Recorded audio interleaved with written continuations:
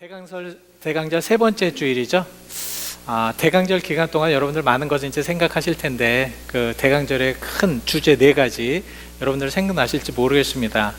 소망과 또 화평, 또한 기쁨과 사랑. 우리가 인생을 살아가면서 또 대강절을 우리가 지내가면서 이런 많은 것들이 우리에게는 이제 와닿아져야 된다는 거예요. 여러분들 우리 대강절 기간 동안 이렇게 사는 모습들을 보면서 어느 분은 정말 이 네 가지 주제를 가지고 어떻게 해서든지 한번 예수님을 만나보려고 하는 그런 분들이 계신가 하면, 또 어떤 분들은 그 세상적인 부분에 더 큰 의미를 두시고 그것의 기쁨과 또 그곳에서 즐거움을 찾으려고 하시는 분들이 계십니다. 우리 그리스도인은 그래도 조금이라도 그 예수님을 더 사랑하시는 마음에 또 낮아지고 조금 더 겸손해질 수 있는 그런 마음으로 살아가는 것이 어떤가. 이 대강절 기간에는 이런 예수님을 한번 생각해 보시면서 깊숙한 그런 예수님의 그 은혜를 체험하는 시간이 되시길 바랍니다. 왜냐하면 이런 대강절을 통하여서 우리 오실 예수 그리스도, 또 오신 예수 그리스도를 조금 더 깊숙하게 만날 수 있기 때문에 그렇다는 거죠. 그래서 오늘 말씀을 통하여서도 그런 많은 그런 말씀 속에서 어떻게 우리가 그런 가운데서 예수님을 찾을 수 있고 또 은혜를 받을 수 있을까에 대한 것을 계속해서 말씀을 드리고 있습니다. 오늘은 특별히 이 예레미야를 통하여서, 이 예레미야의 본문은 사실 그 당시에 유다와 예루살렘이 참 죄악 속에 있었습니다. 하나님을 떠나고 하나님을 알지 못하고 하나님의 말씀은 계속 주어지는데도 불구하고 그 말씀을 거부하는 그러한 이들에게 이제는 심판을 하실 것이라는 그러한 예언을 기록한 말씀이지요. 그래서 이 예레미야를 통해서 우리는 하나님의 그 섭리와 그 은혜, 또 끝까지 참고 계심, 그리고 그런 가운데서도 하나님께서는 또 역사하셔서 많은 그런 은혜 가운데 우리를 깨닫게 하시는 그러한 것들을 알 수가 있습니다. 특별히 이 예레미야를 우리가 이제 오늘 묵상을 하셨는데요. 이 예레미야는 하나님께서 이 유다와 또 예루살렘을 멸망시키려고 하시는 그런 상황 속에서 참 그 얘기를 들으니까 예레미야는 참 마음이 아팠어요. 어떻게 하면 이 민족이 이렇게 고통 속에 있어야 될 수밖에 없었을까? 참 탄식이 나왔습니다. 어떻게 하면 이런 죄악 속에서 하나님의 멸망의 그런 메시지까지 들을 수밖에 없었을까? 참 얼마나 괴롭고 얼마나 어려웠겠어요. 그래서 이 예레미야는 정말 눈물 흘리면서 말씀을 선포하였습니다. 그래서 우리 예레미야를 눈물의 선지자라고 하는데요, 이 눈물을 많이 흘리면서 복음을 전했다는 말씀이 예레미야서 9장 1절에 이렇게 말씀을 하고 있기 때문에 그렇습니다. 어찌하면 내 머리를 물이 되고 내 눈은 눈물의 근원이 됐고, 내 눈에 눈물의 근원이 되면서 한렴없이 쏟아지는 그 눈물을 통하여서 이스라엘 백성들에게 그들의 잘못된 것, 하나님께 돌아와야 될 것들, 하나님의 섭리를 깨달아야 될 것, 이런 것들을 계속해서 말씀을 하십니다. 예레미야서를 보면 그래서 이 예레미야가 말씀하시는 그 모든 말씀이 절절해요. 애절합니다. 어떻게 하면 이 이스라엘 백성들에게 이 하나님의 말씀을 온전하게 전할 수 있을까? 그리고 멸망당할 수밖에 없는 이 민족을 생각하면서 마음에 정말 그 고통 속에, 아픔 속에 그 이스라엘 백성들을 어떻게 이들에게 이런 하나님의 경고의 말씀을 듣게 할 수 있을까?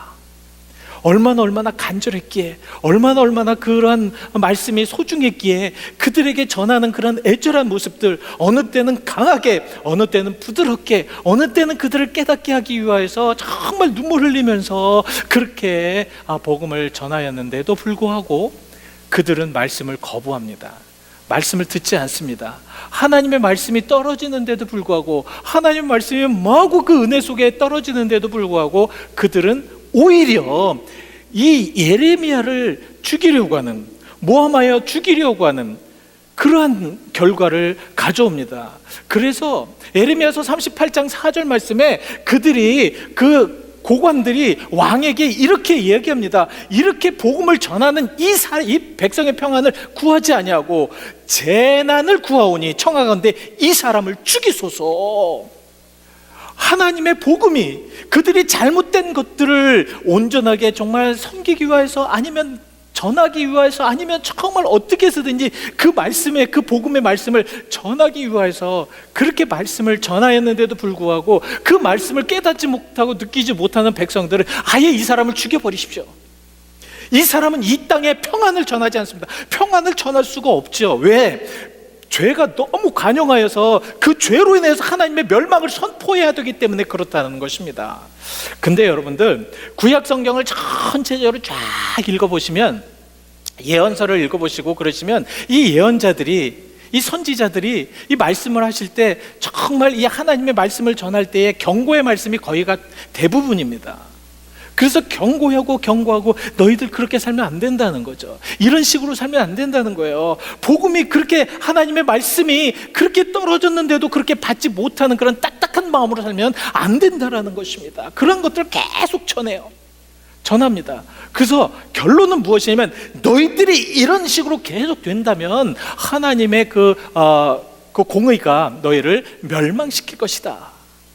근데 꼭 이 예언서를 보면 그러한 멸망 가운데서도 하나님의 사랑과 공의가 계속해서 나타납니다. 그래서 너희들이 멸망당하겠지만, 너희들이 바벨론의 포로로 잡혀가겠지만, 그 고통스럽겠지만 그 고통에서 다시 돌아올 것이라는 희망의 메시지를 계속해서 이제 말씀을 해주시는 거거든요. 근데 그 메시지를 들은 이스라엘 백성들은 그 메시지조차도 거부를 합니다. 그러나 그 예언자들은 그것이 그렇게 될수록 멸망당할 수밖에. 그래 결국은 멸망당했잖아요. 멸망당하죠. 그 멸망당한 이스라엘 백성이 또 예언서의 말씀대로 다시 회복됩니다. 근데 예언자들의 말씀은 여러분 많이 더 눈여겨서 보시면, 그 예언자들이 다시 회복되는 그 말씀을 어디까지 회복되는 것을 말씀을 하고 있냐면, 완전한 회복까지 말씀을 하고 있습니다. 완전한 회복. 그러니까 그들이, 이스라엘 백성들이 바벨론 포로에서 들어와서 이스라엘을 다시 한번 재건하고 회복할 것이라는 그 말씀 이상의 것들, 그러니까 그 다음의 것들, 완전한 회복을 통하여서 그들이 온전하게 하나님만을 믿을 수밖에 없도록 그런 메시지를 전합니다. 오늘 에레미야도 보면요, 이 에레미야서도 비록 정말 그들의 잘못으로 인하여서 바벨론의 고통을 받고 바벨론의 침공을 받아서 정말 많은 사람이 죽을 것이고 고통을 받으시고 슬퍼할 것이라는 그런 메시지를 전함에도 불구하고, 그런 가운데서 너희들이 돌아올 것이다, 회복할 것이다, 그런 회복 다음에 그리스도를 통해서, 메시아를 통해서, 물론 에레미야는 예수 그리스도에 대한 그런 예수 그리스도라고 얘기하지 않았지만 그 메시아를 통해서 결국은 완전한 회복을 얘기하고 있습니다. 그래서 오늘은 이 예레미야서를 통해서 우리가 예수 그리스도, 오실 예수 그리스도를 안다는 것이 얼마나 축복인가, 또한 지금 이 세대에서 살고 있는 우리가 얼마나 축복인가. 왜 축복이냐면, 이 세대에서도 하나님의 그 역사와 공의와 정의는 계속되기 때문에 이러한 것들을 우리가 알아야 될 수밖에 없다는 거죠. 그래서 오늘 이 말씀을 가지고 우리가 이제 알아야 될 것은, 정말 왜 예수 그리스도께서 오심이 우리에게 축복이 되는가? 여러분, 왜 예수 그리스도의 오심이 축복입니까? 왜 예수님의 오심이 여러분들에겐 축복이 돼야 됩니까? 또 여러분들에겐 축복인가요? 그런 체험을 하셨습니까? 오늘은 이 말씀을 통해서 여러분들이 꼭 체험하시길 바랍니다. 꼭 알고 가시길 바랍니다. 예수 그리스도의 오심이 우리에게 얼마나 큰 축복인가. 그 첫 번째 그 축복은 무엇이냐면, 여러분, 그 샘물의 근원을 얻을 수 있는 축복이 바로 예수 그리스도를 통해서 온다는 말씀입니다. 샘물이라는 것이 무엇일까? 여러분, 물이라는 것이 무엇입니까? 여기에서 물을 마시지 않고 살아갈 수 있는 분 계십니까? 아무도 안 계시거든요. 결국은 샘물이라는 것은 무엇이냐면, 우리가 살 수 있는 것이에요. 생명이라는 말씀입니다. 이 생명의 근원을 얻을 수 있는 것, 참 무엇인가 좀 의미가 있죠. 이스라엘 백성들이 지금 남유다와 그 북이스라엘이 멸망당할 수밖에 없는 이유가 무엇인지 아십니까? 이 이스라엘 백성들이 멸망당할 수밖에 없는 그 가장 큰 이유가 바로 그 하나님께서 오는 그런 공급, 하나님께로부터 오는 그런 생명의 샘물을 그들이 끊어져 버렸기 때문에 그렇다는 거예요. 에레미야는 그거를 어떻게 표현을 하고 있냐면, 에레미야서 2장 13절에 이렇게 얘기를 합니다. 두 가지 애간을 행하였는데 너희들이 가장 큰 그런 악이 무엇이냐면, 생수의 근원이 되는 나를 버렸다는 거죠. 생수의 근원이 되는 하나님을 끊어버렸다는 겁니다. 하나님과 계속 공급이 돼야지, 하나님께서 오시는 모든 것들이 계속해서 공급이 돼야지만 어떻게 돼요? 살아갈 수 있거든요. 하나님께서 주시는 은혜를 계속해서 받아야지만 살아갈 수 있거든요. 근데 지금 그 남유다의 모든 백성들은 하나님께서 오시는 모든 공급을 끊어버렸다는 것입니다. 그렇기 때문에 그들이 멸망당할 수밖에 없었어요. 그들이 그러니까 하나님을 버리고 하나님을 배신할 수밖에 없었다는, 하나님과 계속 공급처가 돼야지만 살아갈 수 있는 거거든요. 지금도 마찬가지입니다. 하나님께서 주시는 그 영원한 생명수를 우리가 받아야지 그 생명수를 마시고 살아갈 수 있는 겁니다.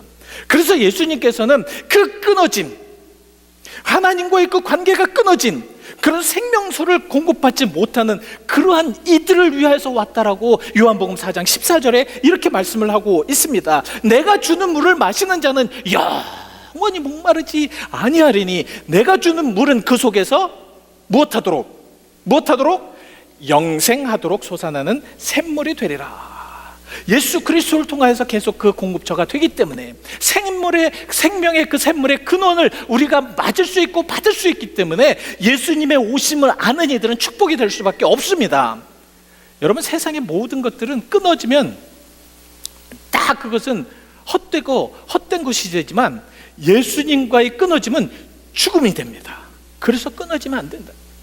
그래서 샘물의 근원이 끊어졌기 때문에 하나님은 그들을 멸망시키고 바벨론의 포로로 잡혀가게 하고 그 바벨론의 포로를 통하여서 모든 고통을 줄 수밖에 없다라고 이렇게 말씀을 하고 계시다는 거죠. 그러니까 여러분들 정확하게 알아두십시오. 우리는 이 대강절 기간 동안에 예수님의 오심을 원하는 그 이유가 무엇이냐면, 그 축복이 무엇이냐면 예수님께서 오시는, 예수님께서 주시는 그 계속되는 은혜의 공급, 은혜의 그 역사하심, 은혜의 그런 모든 것들을 계속 받아야 된다는 거예요. 복음을 받아야지만 여러분 살아갈 수 있습니다. 예수님을 만나야지만 여러분도 온전한 생명을 살 수 있다는 거죠. 예수님 안에서 우리가 온전하게 살아갈 때에 그때 주신 하나님의 큰 역사와 능력 가운데 살아가셔야 됩니다. 지금 예레미야는 그거를 원하고 있다라는 거죠. 두 번째, 예레미야가 예수님에 대한 것, 예수님의 오심을, 축복을 무엇이라고 말씀을 하고 있냐면 정말 마음에 합한 목자를 보내시겠다라고 얘기하고 계십니다. 마음에 합한 목자를 보내시겠다. 여러분, 목자가 무엇이죠? 목자는 양을 잘 기르는 자들입니다. 양을 참 온전하게 그렇게 기르는 자들입니다. 양을 온전하게 기르어서 통실통실하게 아주 배부르게 아니면 건강하게 지키는 자들이 목자라는 말씀입니다. 그래서 그 목자는 그 예레미야서 3장 15절 말씀에, 그래서 내 마음에 합한 목자들, 내 마음에 합한 목자들이라는 것은 그 나의 양들, 나의 백성들을 잘 이렇게 그 다스릴 수 있는 그런 목자들. 그래서 하나님께서는 그 양들을 살리기 위하여서 예언자들을 많이 보내십니다. 복음을 전하기 위해서 많이 보내셔요. 하나님의 그 생명의 말씀을 그 목자들 통해서 양들에게 공급해 주기 위해서 많이 보냅니다. 그러나 그 많은 예언자들과 그 많은 말씀에도 그들은 그것을 받지를 못합니다. 결국은 그래서 마지막으로 생명의 목자이신 예수님을 보낸다는 거죠. 왜 하나님께서 이런 목자를 보낼 수밖에 없었는가? 여러분, 왜 하나님께서 나의 합한 목자를 보내시겠다? 이유가 있어야 될 거 아닙니까? 왜 하나님께서 목자를 보내시고 지금도 그 목자가 우리에게 필요한가? 첫 번째는 그들이 꼭 그 목자가 필요하기 때문에. 양들은 목자가 필요합니다. 그죠? 양들은 목자가 없으면 안 됩니다. 왜 그런지 아십니까? 첫 번째도 양은요 5m 이상을 볼 수 없다고 합니다. 양들은 자기가 이거 밑에만 보고요 그 앞에 5m 앞에를 볼 수가 없다고 그래요. 그래서 목자가 잘 인도해주고 목자가 잘 이끌어주는 대로 그냥 따라갈 수밖에 없습니다. 그래서 목자들은 뭐 음악을 한다든가 아니면 노래를 한다든가 소리를 한다든가 이렇게 해야 됐다고 그래요. 왜냐하면 그러한 소리나 그런 것을 듣고 목자를 따라갈 수 있도록 만들어야 되기 때문에. 그래서 요한복음 10장 4절 말씀에는 이렇게 말씀을 합니다. 자기 양을 다 내놓은 후에 앞서가며 양들이 그의 음성을 아는 고로 따라왔다. 그러니까 목자의 음성을 알고 따라올 수밖에 없는 것이 양이었습니다. 그 음성을 듣고 따라가는 양들은 목자가 보이는 그 아름다운 좋은 꼴과 좋은 초원에서 맛있는 그런 음식들을 먹을 수 있었다는 거죠. 그래서 목자, 마음에 합한 목자는 무엇이냐면, 하나님의 마음에 합한 목자는 무엇이냐면, 하나님이 원하는 대로, 하나님이 바라는 대로 그렇게 양들을 이끄는 목자를 보내주시겠다라는 것입니다. 그동안 그 하나님께서는 이스라엘 백성들의 그 많은 목자들을 보내주셨잖아요. 예언자들을 보내주셨잖아요. 그러나 그들은 그 목자의 음성을 듣지를 않았습니다. 따라가지 않았다라는 거예요. 그러니까 멸망당하죠. 그러니까 하나님의 그 진노를 살 수밖에 없죠. 지금도 마찬가지입니다. 하나님의 말씀은 지금 예수 그리스도의, 온전한 예수 그리스도의 말씀으로 완성이 됐습니다. 여러분, 이 말씀의 은혜대로만 따라가시면 된다라는 말씀입니다. 그리고 두 번째는 왜 목자를 보내셔야, 마음에 합한 목자를 보내주냐면, 가장 중요한 것은 그 양들의 생명을 구하기 위해서요.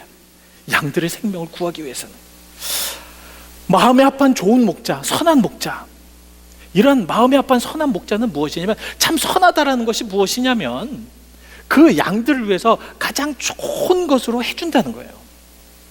좋은 엄마 아빠가 무엇입니까? 좋은 부모가 무엇이죠? 좋은 부모는 아이들이 해달라는 대로 잘 해주는 것이 좋은 부모입니까? 저는 그것보다는 그 아이가 잘 될 수 있도록, 가장 좋은 것으로 될 수 있도록 그렇게 해주는 여건들을 만들어주는 것이 좋은 부모가 아닌가. 그렇다면 하나님은 좋은 목자를 보내시는데, 좋은 목자는 과연 무엇인가? 좋은 목자는 양의 생명을 끝까지 보존해주는 것이 좋은 목자다. 양들을 기르기 위해서는, 이스라엘에 가보니까 양들을 기르기 위해서는 이 주변에 완전 넓은 그 광야들입니다. 그 광야에는 양들만 있는 것이 아니라 무서운 짐승들이 많았어요. 그런 무서운 짐승들을 정말 목숨을 걸고 그 양들을 지켜야 했다라는 거죠. 예수님께서는 그래서 당신을, 그 양을 비교하면서 뭐라고 말씀을 하시냐면, 요한복음 10장 10절에 이렇게 말씀을 하고 있습니다. 도둑이 오는 것은 도둑질하고 죽이고 멸망시키려는 것이요, 자, 내가 온 것은, 예수님께서 온 것은 양으로 생명을 얻게 하여 더 풍성히 얻게 하려 하심이라. 저는 이 말씀이 참 은혜가 돼요.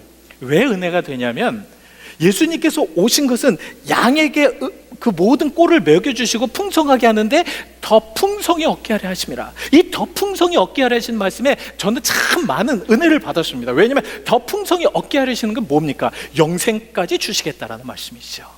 영원한 생명까지 주시겠다는 말씀입니다. 그래서 예수님께서는, 그래서 우리를 위해서 십자가에 돌아가실 수밖에 없었던 이유가 바로 저기에 있습니다. 우리를 위해서 십자가의 고통을 당할 수밖에 없었던 이유가 바로 저기에 있습니다. 왜? 양들을 살기 위하여서. 우리는 죄를 지어서 사탄의 놀이개로 멸망 속으로 계속 들어갈 수밖에 없었던 그런 인생의 모습이었습니다. 그래서 우리들의 모습을 보면 참 죄된 모습이잖아요. 아직도 우리는 죄 속에서 살고 있잖아요. 그래서 우리가 서로 정말 갈등하고 미워하고 사랑하지 못하고, 또한 하나님을 믿지 못하고 하나님의 말씀대로 올바로 행하지 못하고, 이러한 쪽으로 계속 가고 있지 않습니까? 이건 어떤 길이냐면 사망의 길이에요. 그 사망의 길을 가지 못하기 위해서 예수님은 그 사망의 길에서 우리들을 끌어들이기 위해서 자기의 목숨을 걸고 그렇게 우리를 살리셨다라는 거죠. 진짜 목자는 이런 목자입니다. 여러분, 구약 성경에서도 보시면요, 이 다윗이 이제 골리앗과 싸러 나갈 때 다윗이 너무 어리니까 사람들이 반대를 한 거예요. 너 못 나간다. 저 골리앗이 얼마나 그 장대한 사람인데, 키가 2m가 넘고, 그의 그 가지고 있는 갑옷이나 그의 가지고 있는 무기가 얼마나, 네가 어떻게 나가겠느냐. 그랬을 때 다윗은 많은 사람들에게 이렇게 설명을 합니다. 그것이 바로 사무엘상 말씀에 있는데요, 12장 35절에 내가 목동을 할 때에, 그 목동을 하다 보니까 주변에 많은 그런 야생동물, 사자나 곰들이 와서 그 양들의 새끼를 끌고 갔습니다. 그랬을 때 내가 어떻게 했냐면, 내가 따라가서 그것을 치고 그 입에서 새끼를 건져내었고, 그것이 일어나 나를 해하라고 하면 내가 그 수염을 잡고 그것을 쳐 죽였나이다. 내가 저런 무서운 짐승까지 목숨을 걸고 짐승을 쳐 죽였기 때문에 하나님께서 나에게 은혜를 주셔서 이 이스라엘 백성을 살릴 수 있게 하실 것입니다. 참 우리 이 대강절에 이런 말씀을 들으면 참 마음이 뜨거워지고 참 마음이 좋습니다. 우리 예수님께서는 우리를 살리시기 위하여서, 우리를 영원히 살리시기 위하여서 희생하셨다는 거죠. 죽으셨다는 겁니다. 그래서 우리로 하여금 정말 영원한 생명을 얻게 하는 그 길로 가게 하기 위해서 희생하셨다는 것입니다. 근데 그러한 것들이 그냥 한 번에 끝난다는 것이 아니죠. 만약에 그 예수님 시대에 그랬다면 우리는 지금 예수님을 믿어야 될 이유가 하나도 없습니다. 그러나 그 예수님의 희생과 그 예수님의 사랑은 끝까지 간다는 거예요. 그것이 요한복음 10장 28절에 이렇게 나오고 있습니다. 내가 그들에게 영생을 주노니 영원히 멸망하지 아니할 것이요, 자, 그들을 내 손에서 빼앗을 자가 없느니라. 아멘. 아멘. 여러분, 예수님께서 이 세상에 오신 이유가 바로 내가 영원토록 영생을, 우리 믿는 자들, 하나님을 따르는 자들, 예수 그리스도의 제자들, 하나님의 자녀들에게 주었으니 그 영원한 생명을 나의 손에서 빼앗을 자가 없겠다는, 끝까지 보존해 주겠다라는 말씀입니다. 단 믿는 자들에게, 하나님을 온전하게 믿는 자들에게. 무슨 말씀인지 아셨죠? 예? 자, 그리고 이제 세 번째, 왜 예수님의 오심이 필요한 것이냐면 새 언약을 주시기 때문에 그렇다. 새 언약. 옛날 언약이 있으니까 새 언약이라고 하셨겠죠? 왜 새 언약을 주셔야 됐을까? 왜 새 언약입니까? 여러분, 옛날 언약으로는 구원을 받을 수도 없고 의롭게 될 수도 없었기 때문에 그래요. 이 옛 언약을 우리는 구약 성경으로 율법이라고 합니다. 율법. 이 율법으로 행하는 것으로는 절대로 의롭게 될 수 있는 사람이 하나도 없었어요. 왜냐하면 너무 어려웠어요. 율법을 행하기가 너무너무 힘들었습니다. 율법을 행하기가 얼마나 힘들었냐면 도저히 그것으로 하나님을 발견할 수 있고 하나님을 할 수 없는, 하나님을 믿을 수 있는 것이 하나도 없었어요. 왜냐하면 그 율법의 행위가 우리 인간이 하기에는 너무너무 힘들었기 때문에. 그래서 바울도요, 사도 바울도 로마서 3장 20절에 이렇게까지 표현을 합니다. 율법의 행위로는 그의 앞에 의롭다함을 얻을 사람이 하나도 없다. 죄가 하나도 없다라는 겁니다. 율법으로는 죄를 깨달을 뿐이다. 그러니까 율법만 하니까 내가 잘못한 것만 계속 깨닫게 되니까 이게 의롭다 될 수가 없다는 거죠.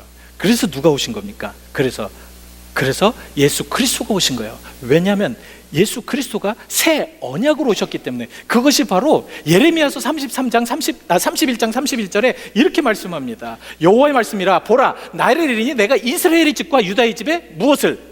새 언약을 맺으리라. 이 새 언약이라는 것이 율법으로 죽을 수밖에 없는, 의문으로 죽을 수밖에 없는 이러한 인간들에게 이제는 예수 그리스도를 통하여서 새 언약을 주시겠다는 거죠. 새 언약을 통하여서 이제는 그 많은 율법들, 도저히 인간들이 살아가서 그렇게 하지 못하는 그 율법을 통하여서 그렇게 구원받을 수가 없으니까 일단은 저 새 언약을 통하여, 새 언약이 누구? 예수 그리스도. 예수 그리스도의 그 죽음을 통하여서, 그 죽음에 예수 그리스도를 통하여서 구원을 얻는다는 그 믿음만 가지면 구원을 주시겠다는 것이 바로 새 언약입니다. 여러분, 이런 새 언약을 통해서 이제는 예수님만 믿으면 구원을 얻게끔 하셨다는 거죠. 얼마나 쉬우세요?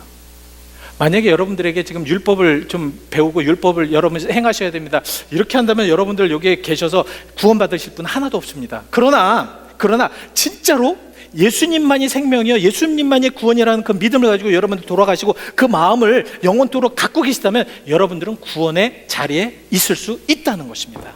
쉽죠? 이렇게 쉬운 건데도 우리가 하지 못하는 것이 왜 그런가?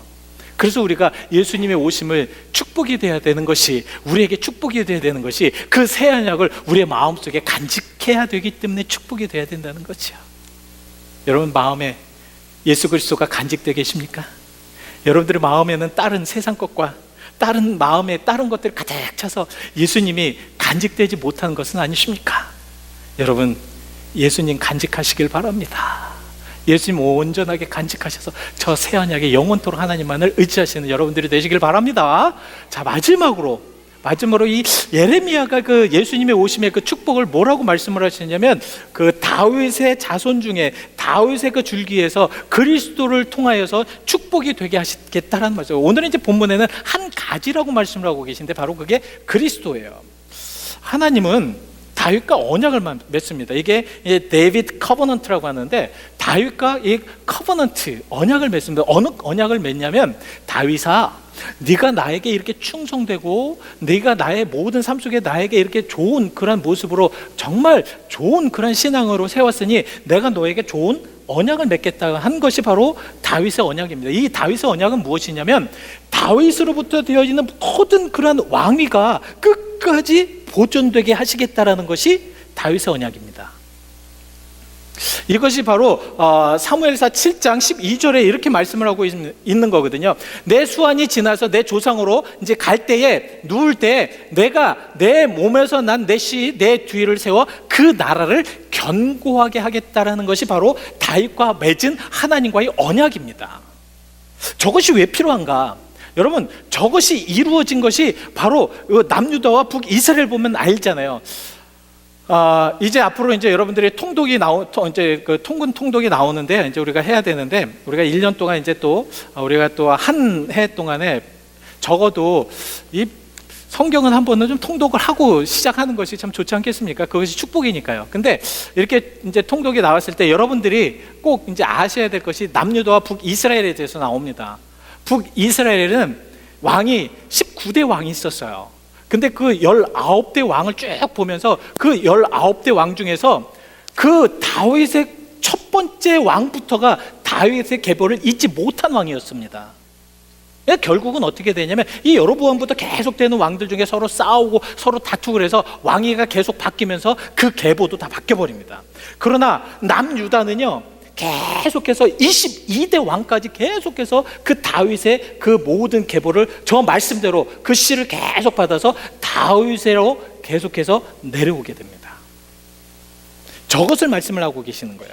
근데 저런 왕이 이제는 어떤 왕까지 세우시겠냐면 만왕의 왕이요 만주의 주신 하나님께서 그런 다윗의 계보를 통하여서 예수 그리스도를 통하여 만왕의 왕으로 만드시겠다라는 것입니다. 그 만왕의 왕으로 만드셔서 그 왕을 통하여서 이제는 모든 것을 다스리시겠다는 그런 약속의 말씀입니다. 조금 어렵죠?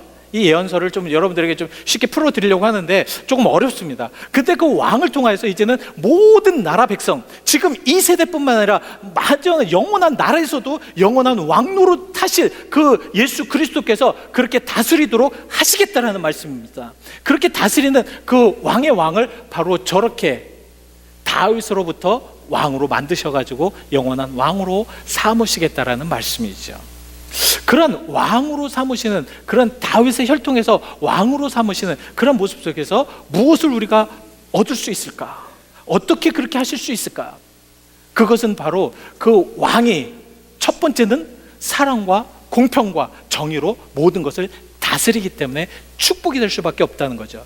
근데 여기에서 저는 왜 공평과 정의로 다스리는 왕이 축복이 될 수밖에 없을까? 그래서 제가 원문을 봤어요. 원문을 보니까 이 공평이라는 말이 이렇게 써 있더라고요. 공평이라는 것이 바로 모든 질서를 회복하는 것. 전 놀랐습니다. 이 공평이라는 것이 모든 질서를 회복한다는 것은 뭘 의미하냐면 하나님을 가장 위로 우리의 왕으로 만왕의 왕으로 우리가 따라갈 왕으로 그렇게 삼는 거라는 거예요.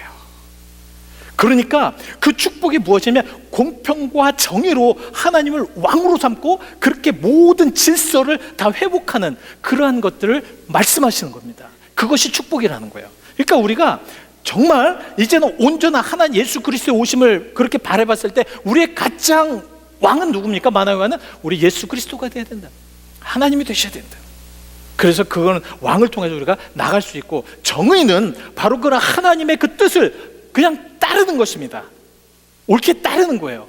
그 정의가 끝까지 갈 수 있는 방법은 예수 그리스도를 따르는 방법, 그 통치하에 있을 수밖에 없다라는 것이죠. 그래서 이사야서 62장 1절 말씀에 이렇게 이야기합니다. 시온의 의가 빛같이 예루살렘의 구원이 횃불같이 나타나도록 자 시온을 위하여 잠잠하지 아니하며 예루살렘을 위하여서 쉬지 아니할 것인지, 그 정의가 끝까지 우리가 하늘나라에 갈 때까지, 이 세상이 멸망되어서 예수 그리스도가 재림하시는 그날까지 저 정의는 끝까지 갈 수밖에 없다라는 거죠. 하나님의 뜻을 바라는 이들은 끝까지 지키셔서 그날을 바라볼 수 있도록 하시는 축복을 주시겠다.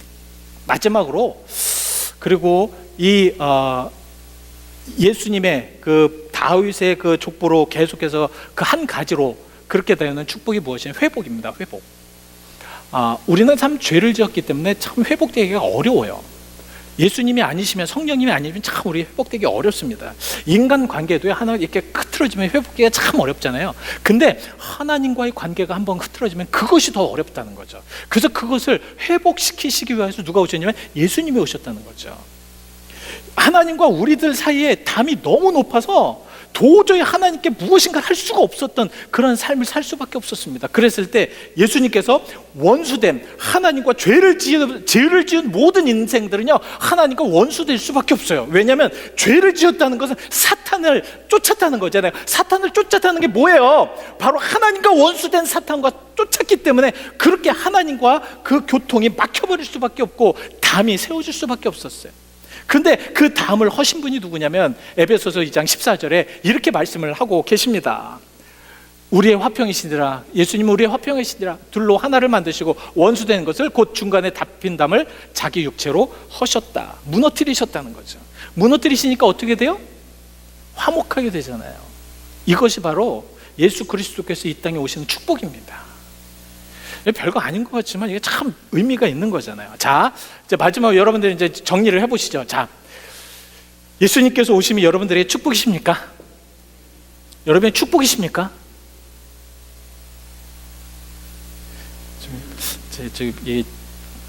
좀 예배당에 천정이 좀 뚫어져라 하고 이렇게 좀 크게 소리가 질렀으면 좋겠다라고 생각이 되는데, 그건 저에게는 큰 욕심인가요? 예? 여러분, 정말 예수 그리스도께서 여러분들의 소망이고 여러분들의 축복이 되어야 되는데, 그 오심의, 그 축복의 첫 번째 이유가 뭐라고요? 샘물의 근원을 얻을 수 있다는 것입니다. 참 중요합니다. 두 번째는 뭐라고요? 하나님의 합한 선한 목자를 우리가 만날 수 있고 그 목자의 인도함을 받을 수 있다는 것입니다. 셋째는 무엇이에요? 우리가 정말로 우리가 행할 수 없는 그 옛 언약을 다 채워버리고 무슨 언약? 새 언약으로 그렇게 오셨기 때문에 우리에게는 축복이 될 수밖에 없다. 마지막으로 다윗의 가지 한 가지를 통하여서, 그리스도를 통하여 우리로 하여금 공평과 정의로 이제 판단해 주셔서, 참 속상하잖아요. 어느 때는 참 너무 괴롭잖아요. 어떻게 하나님, 내가 예수 믿으면서 이렇게 어려움 속에 있는데 어떻게 하십니까? 라고 했을 때 공평과 정의로 그거를 다 일회시키시겠다는 그건 하나님의 약속의 말씀. 오늘도 여러분들은 그 예수님을 만나고 가시기를 바랍니다. 오셨다가 그냥 그 예배 시간에 그냥 대충 이렇게 계시지 마시고요. 한번 집중하셔서 그 예수 그리스도를 만나실 때 하나님의 그 크신 은혜와 역사는 여러분을 통해서 넘쳐날 줄 믿습니다. 기도하시겠습니다. 하나님,